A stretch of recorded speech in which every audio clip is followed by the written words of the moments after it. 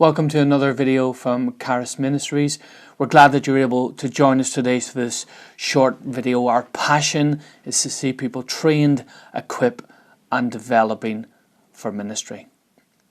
One of the issues I want to look at today is the area of building a team ministry. If you spend any amount of time in ministry, you'll soon learn you can't do it on your own. You don't have all the gifts. You're going to need other people.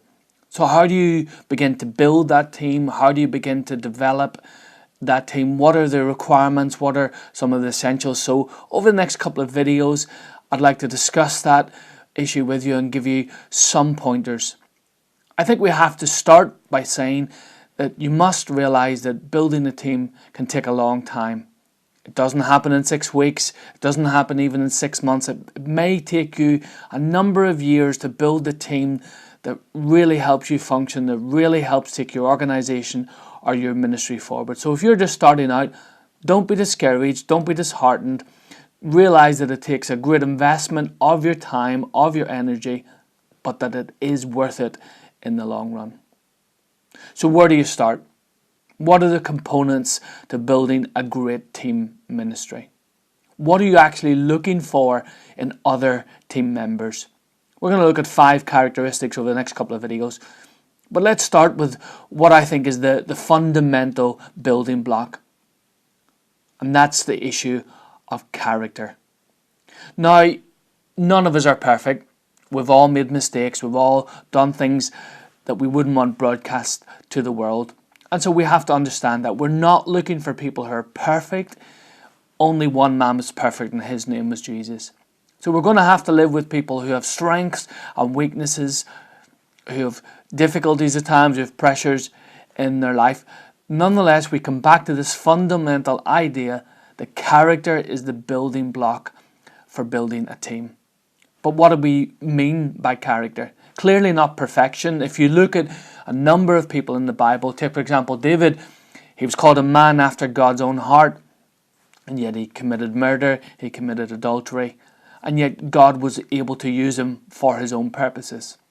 So we can't look for perfection.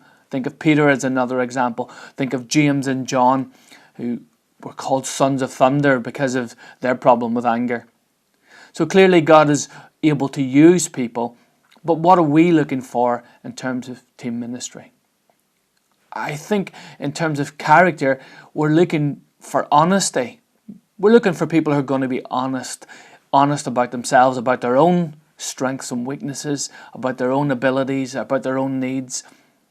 And we're looking, secondly, for people who are growing in their character.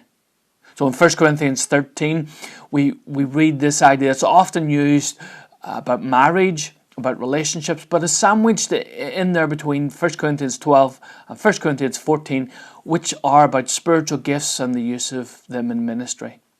So the character issues of love, joy, patience, not envying, not seeking revenge, all of those characteristics are sandwiched in there in 1 Corinthians. Now, the Corinthian church was not a perfect church, and Paul wrote to them to tell them these are the areas they needed to grow in. So I think there needs to be a basic honesty about ourselves, but there also needs to be a sense of growing in our relationship and in our character. So I think the fundamental thing we're looking for people is that they're truly born again, that they're truly committed as followers of Jesus Christ, if we're building a church organization, our team ministry in church, and that they're committed to following the spiritual disciplines. There are no shortcuts to reading the Bible and praying. There are no shortcuts to being in relationship with others. There's no shortcuts to giving. If you look at the commands, 7 commands of Jesus, they're a good starting point for the character. So when we're looking for people, our starting point is, what is their character like? Are they faithful? Are they honest? Are they reliable? In a moment, I'm going to give you some questions that I think will help you discern a person's character, because it's not always easy to do, but if we're in relationship with people, then that gives us a good starting point. So here's 5 questions that will help you discern a person's character. Most times it will confirm what you already know, what you're already thinking. But here's 5 questions that may just help you. have a look at them, and then we'll come back and discuss them together.